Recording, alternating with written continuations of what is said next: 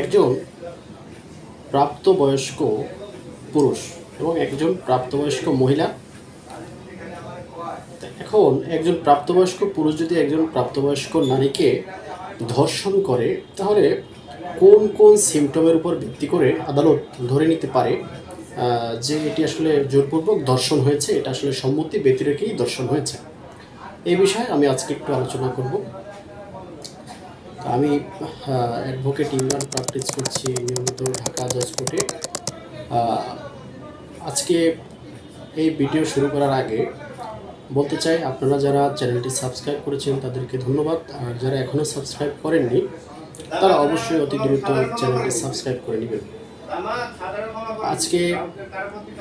আজকে যে আলোচনাটি করতেছি সেই আলোচনাটার বিষয় হচ্ছে ধর্ষণ কোন কোন ক্ষেত্রে আদালত ধরে নিতে পারে। তা আদালত অবশ্যই একটি প্রাপ্তবয়স্ক মহিলাকে ধর্ষণের বিষয়ে যদি তার অনুমতি না থাকে, তাহলে অবশ্যই তাদের ভিতরে অবশ্যই কিছু গুরুতর জখম থাকতে পারে, যেমন নাক মুখে, শরীরে, বেস্টে অথবা পেটের তলদেশে কোনো ধরনের আঁচড়, খামচির দাগ থাকতে পারে। এই বিষয়গুলো যদি থাকে তাহলে আদালত এইটিকে আসলে ধর্ষণ বলে নিতে পারে।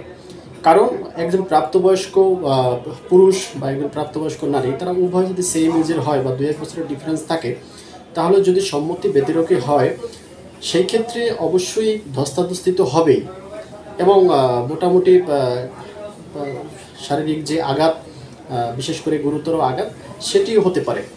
সেই বিষয়ে অবশ্যই আদালত কনসার্ন করবে। এই বিষয়ে একটি ডিএলআর রয়েছে, এই ডিএলআরটি হচ্ছে 18 ডিএলআর WP 91। এই ডিএলআরে বলা আছে যে অবশ্যই আদালত এই বিষয়ের উপরে কনসার্ন রাখবে। এছাড়া আরেকটি আইন রয়েছে, সেটা হচ্ছে 1983 PCR LJ 196-তেও উল্লেখ আছে। কী উল্লেখ আছে?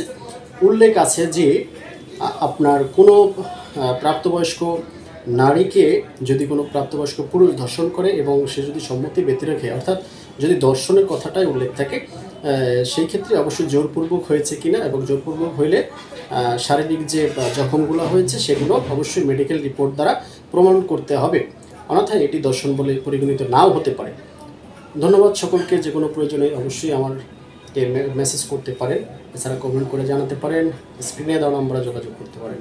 ভালো থাকবেন, আল্লাহ হাফেজ।